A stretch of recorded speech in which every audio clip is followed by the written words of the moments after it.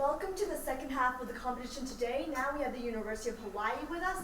And again, just a few reminders before you begin the competition. You have 20 minutes to present in the competition, and at the 17-minute and the 19-minute mark, I'll be raising a placard to remind you of the time. After the 20 minutes are over, you'll have a Q&A session between the judges and the team. And again, we'll be keeping time very strictly, so try to keep your answers and questions concise. Thank you so much, and let's begin. Good afternoon, ladies and gentlemen. My name is Shiraz, this is Jasa, Kylie, and Joanne, and together we represent the University of Hawaii at Manoa, the Shidler College of Business.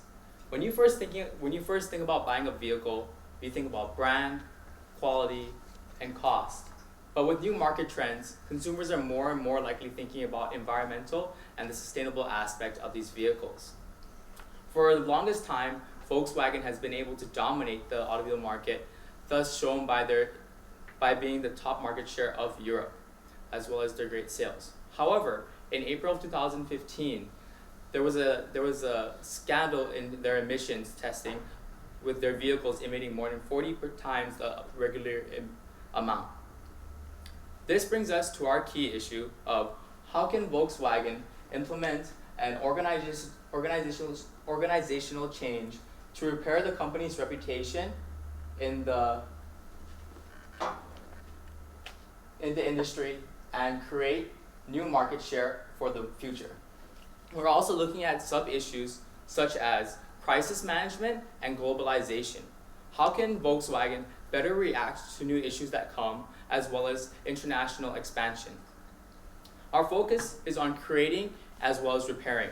In the short run, we want to repair our reputation and sustain that over the long run. We also want to create new market share opportunities in the short run that will be able to sustain in the long run. Based on these solutions, we feel that we can address this key issue. Kylie over here will take us through a more in-depth analysis of the situation. Thank you, Shiraz. So we wanted to take a look at a 4 actions framework in order to develop our action plan. One of the first things we want to do is we want to eliminate all defective vehicles. 11 million vehicles worldwide were found to have the cheating devices installed, so we want to completely eliminate those cheating devices. We also want to eliminate all of our dishonest practices. Next, we'll move on to create. We want to create an open and transparent culture where employees at all levels can feel engaged and involved. Next, we'll move over to reduce. So we want to reduce our diesel focus. It's very clear that consumer preferences are increasingly shifting towards products that are more environmentally friendly. And we feel that the future is in electronic vehicles. We also want to reduce our focus on top-down communication. Another thing that was clear to us was that there were a few key managers making unethical decisions.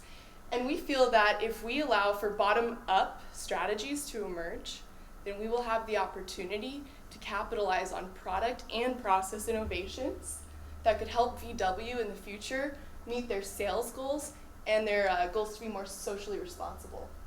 Last, I'll move on to raise. We want to raise our compliance reputation by taking responsibility, committing to be better.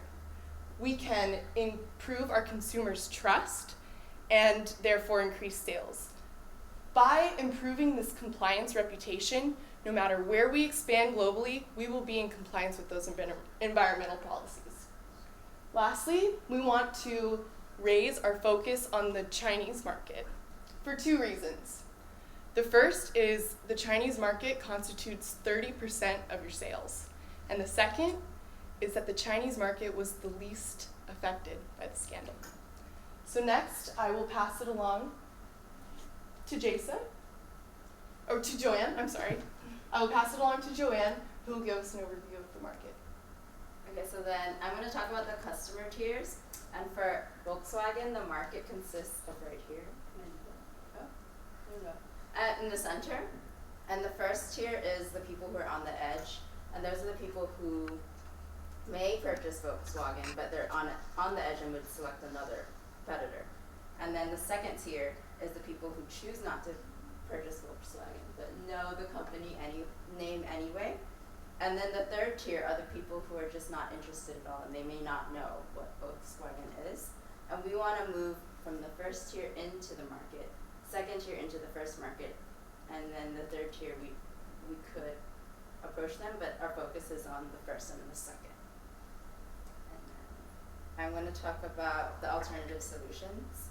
So for our alternative solutions, we have 4 choices: to create a new market, capture the SUV market, and to focus on the electric vehicle market. And the last one is the hierarchical structure. So to create a new market, that's kind of what we plan to do. We want to focus on the market share of electric vehicles, which is further down, because we believe electric vehicles are the next big thing. They're in a disruptive market. The electric vehicle recharging battery, the rechargeable electric battery is what we want to focus on. And that's a disruptive market, and we believe that will become really big in the future. As for hierarchical structure, the problem with that is that there's no transparency, which is indicated in the Volkswagen case. And then everybody wants to be heard, and we want everybody to have more of a communication, better top-down communication. As for capturing the SUV market, they missed their chance at this market, so we don't feel that there is a need to focus on it. And now I'll pass it to Jason to talk about e-solutions. Okay, so based on the analysis that we've shared with you, we've developed these short-term and long-term solutions that we believe you should implement in order to improve the company. And our solutions are divided into 2 segments: repair and create. So we're looking to repair the reputation of the company and also create new market share. So currently, our competitors are competing with each other, but our recommendation is that you all create new market share and therefore make your competitors irrelevant. For the short term, under repair, we want to initiate a Clearing the Air campaign. This is to regain consumer trust, and what it entails is creating a movement that capitalizes on social responsibility. For every car that we sell, we will plant a tree that will help to clear the air of our past of having a harmful impact on the environment, and something that will also allow us to actually clear the air by planting trees and giving the company an opportunity to improve the environment. Secondly, we want to capitalize on leadership accountability. Like we mentioned before, these top executives were responsible for a lot of the poor decisions that were made. However, if we make these leaders accountable for their actions, then they will have less incentive to make bad decisions in the future, and they will also be serving as an example, which is top level 5 executive leadership, and will encourage their lower level employees to follow in their footsteps. Lastly, we want to improve lower level employee engagement. Like we mentioned before, by involving all of our employees, we are able to help them be more involved and have an active role in our decision making, and help them be able to have an impact and improve our innovation. This can be done through surveys, different competitions, to encourage them to become more involved in what we're doing and how to come up with the solutions to our problem. This is especially essential because as lower level employees, they're directly involved in the operations of the company. So they have a better understanding of the problems that take place, whereas top level managers, they're more involved in the strategy and they don't have as clear of a view of what's taking place at the ground level. For the long-term repair, we want to implement a crisis prevention team rather than a crisis management team. So therefore, we can prevent our problems before they arise by also integrating our lower level employees into teams so that at all levels of the organization, we are able to recognize problems before they become huge scandals that erupt and affect the reputation of the company. Secondly, in the long term, we would like to see a less hierarchical leadership structure. And this means that there's more transparency, there's more team-oriented leadership rather than the traditional one manager reports to another manager who reports to another manager. We have more accountability by sharing the responsibility. Under Create, in the short term, we would like to invest in product innovation. We believe that you all should invest in product innovation by focusing on electric motorcycles and scooters. We believe that this is essential because you're looking across the industries. Rather than solely being focused on the traditional market, which is automobiles, there's an opportunity in electric motorcycles and scooters, especially in the Asia market, because that is an area where motorcycles are definitely more common, and they have a better fit because environmental-wise, they are more efficient for allowing consumers to get around in the ways that they need to. Secondly, in the long term, we would like to continue our innovation in the electronic vehicle market by investing in research and development for electric charging stations for these motorcycles and scooters, which will allow them to be able to, which will allow consumers to be able to have less risk and concern about purchasing our scooters and motorcycles, because they will have an understanding that when they purchase these vehicles, they'll be able to go anywhere and have no problems with charging or worrying about being left on the road with no way of being able to reach their destination. So next, I'm going to talk about our timeline for implementing the strategies and the solutions that we've recommended. So as you can see, short-term or more so immediate implementation, the product innovation and the lower level engagement for employees. We think that these are things that need to be implemented immediately, as I mentioned before, as well as the Cleaning the Air campaign. And then in the long run, 5 years or so, we think that the crisis prevention team should be fully implemented and functioning, in addition to all changes in the hierarchical structure being in place. Now, also just one thing to mention for clarification, for years 0 through 5, that is not an indication that that is the only time frame in which the campaigns or the solutions will take place. That is just for implementation when we want to have everything in order and operating. Now, one thing that is essential to our solutions is implementing fair process. And in fair process, there are 3 key terms: engagement, explanation, and clear expectations. Now, how this works is making sure, as we've mentioned several times before now, making sure that all employees are engaged in the fair process and they understand why decisions are being made and they feel like they have a role in the implementation. Secondly, explanation, making sure they kind of all roll in together. So for explanation, once again, making sure that all decisions are being made in a manner that is clear and that also there is accountability and people understand what their personal role is and why they're being held accountable for the goals and targets that the company wants to see in place. Lastly, clear expectations. We think that if all the expectations are made clear at all levels, then the company will be able to successfully implement their solutions. Next, I will pass it to Shiraz, who will talk about some of the obstacles that we foresee in implementing our solutions and the different way they affect the organization. Thank you, Jasa. As Jasa said, we do believe that with our solutions, there will be resistance to change, which falls under 4 categories. One is motivational, executive, cognitive, and resources. Under the executive aspect, we feel that executives could be resistant to change that we're implementing, but we feel that it is necessary to be a more transparent company. Also, we want to look at the motivational level. The lower levels of employees who lack the understanding of what we're doing, as well as from a top management perspective, we believe that by addressing this, we can definitely be susceptible to change. As well as suppliers. Suppliers who are currently supplying us could be resistant to the change that we're doing because it could raise costs for them. As well as cognitive. Lower employers, as I said, not understanding management's decisions, even though it is for the strategic and betterment of the company. We believe that by implementing these solutions, we can not only repair our reputation, but also create market share and allow Volkswagen to be a dominant force in the automobile industries in the years to come. Thank you for your time, and we'd love to take any questions or concerns that you may have. First of all, maybe I'll start first. Thank you for the presentations. You have very good writing. I like the writing on the transparency. I think the question is, you have mentioned about a lot of campaign, initiative, how they're going to restructure the way they communicate within the organizations.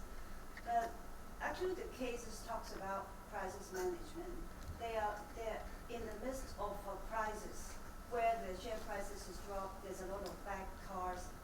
consumer markets. So is there any way where they have to rectify the situation first before they go on to something which is more business as usual? I can answer that. So you mentioned the share price and how, of course, with the scandal and all of the hectic results of that situation, that the share price dropped. The market is difficult to predict.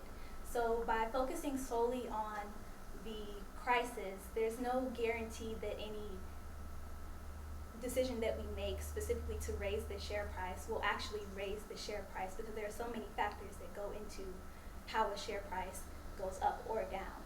So we chose to focus more so on strategic decisions that the company can make to prevent crisis in the future. So our crisis management was more so making sure that the crisis does not happen again, and how the company can move forward and make sure that the crisis does not impact their ability to proceed as a profitable company. And just to add to that, we also felt that when reading the case, that especially the website that the company put in place, they had made a lot of good strides towards repairing the current crisis. And so we felt that as far as profits go, it would be most important to focus on the future.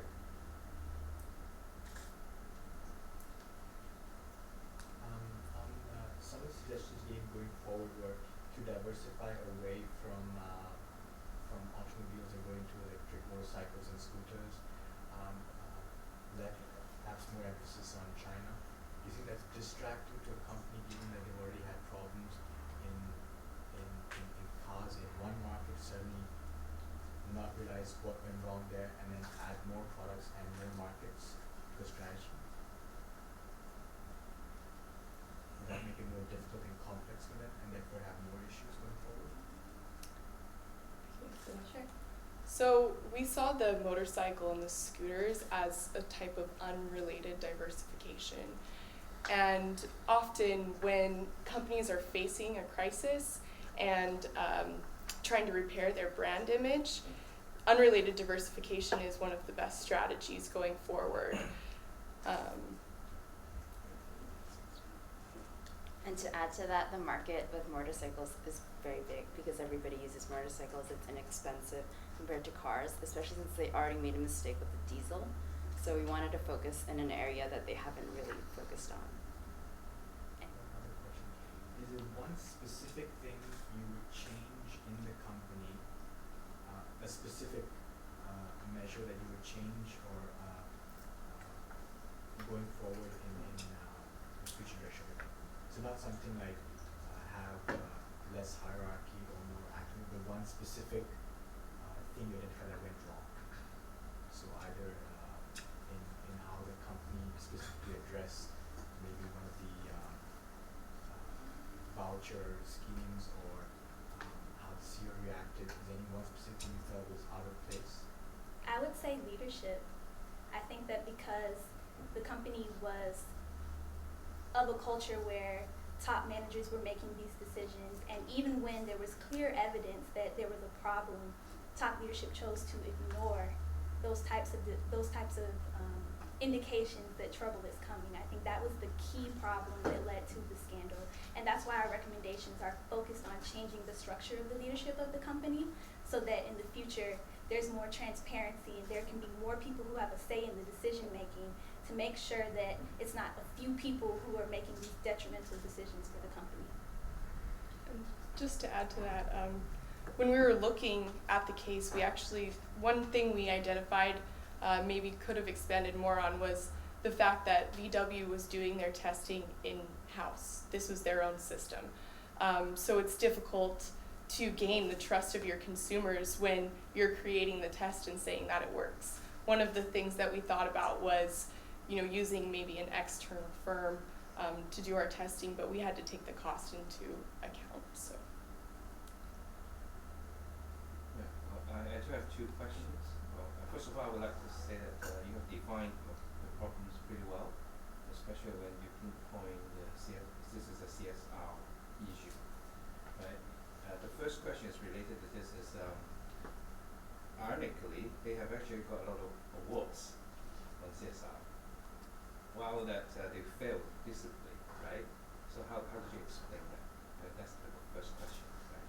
The second question relates to the management structures that you mentioned. I really want to argue if this is just the management structure issue about hierarchy, or is it a governance model where apart from the executive committee and executive office, there's also a supervisory board. Right? So can you also elaborate on that? I can address the first question about how they were receiving rewards for social responsibility, yet they had this major issue. I think when it comes to social responsibility, a company really tends to focus on the areas that they want to focus on, especially when it's in-house. They're able to say, okay, we want to pick these areas to say, this is where we're socially responsible and this is where we want our attention to be. So I think that they focused on certain areas and neglected other areas. And of course they were receiving awards for the things that they were doing right, but eventually the things that they chose not to address eventually came to the surface. They were choosing to cover up and keep it in the shadows, and when it came to the light, that's when the turmoil started. May you repeat the second question before we address it? Just Well, to make sure the second question is about the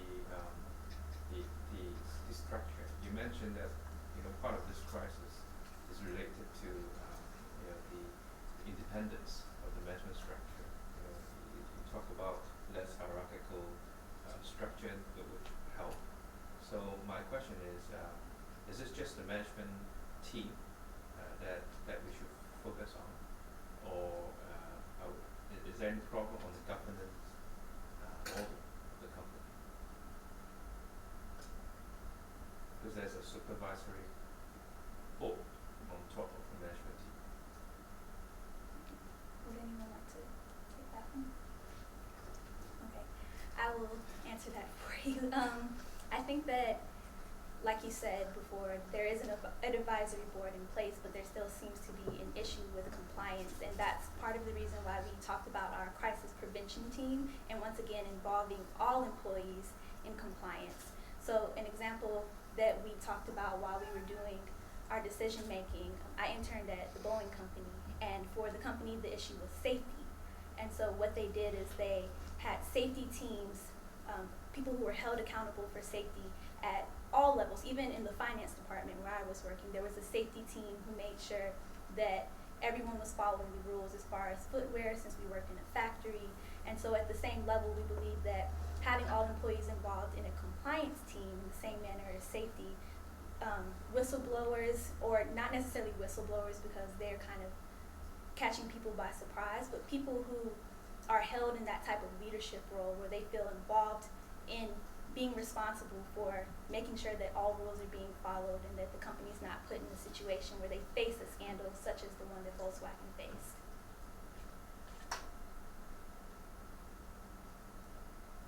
I have a question on the numbers. Since you haven't mentioned any numbers on the transparency, the company is facing a lot of fine, and there's a lot of reputational issues they have to rectify. And they have lately, they need to something to buy back the customers' confidence with some cost. And if you look at all the numbers, the P&L, what is your observations in terms of all these fines impact, the cost impacts to the overall operation of the company? Whether the company can survive after paying all these fines? Okay, I will take that question as well. So we believe that by creating new market share, we're creating an opportunity to help Volkswagen recover the profitability and the sales that they've lost from this scandal.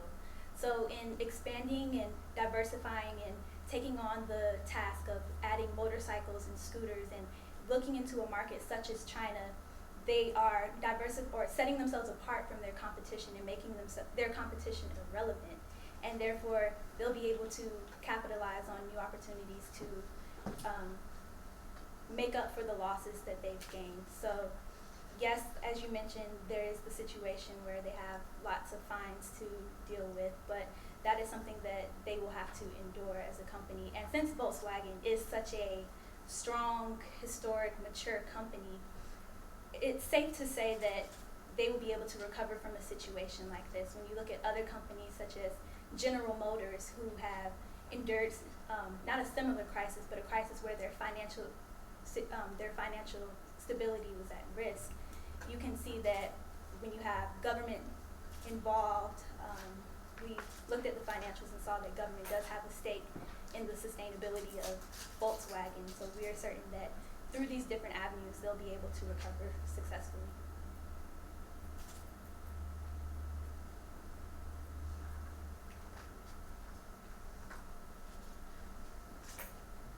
Any further questions?